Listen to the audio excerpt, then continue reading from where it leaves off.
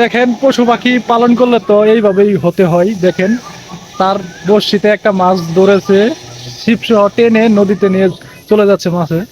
আর পোষা কুকুরের দিয়ে কি পুষটা মানাইছে তাকে দেখেন, পোষা কুকুরের দিয়ে সেটি টেনে নিয়ে যাচ্ছে। অবশ্যই ভিডিওটি লাস্ট পর্যন্ত আপনারা দেখতে থাকেন। মাছ কিন্তু অবশ্যই বড় মাছ ধরেছে, যার জন্য ছিপটা টেনে নিয়ে যাচ্ছে। আর কুকুরে কিন্তু সেটি নিয়ে নিয়ে দিতেছে তার মহাজনকে। তো পশু পাখি কিন্তু আপনার অবশ্যই লালন পালন করলে সেভাবেই করতে হয়, পুষ মানাতে হয়, তার মালিকের সুখ দুঃখে এগিয়ে আসে তারা।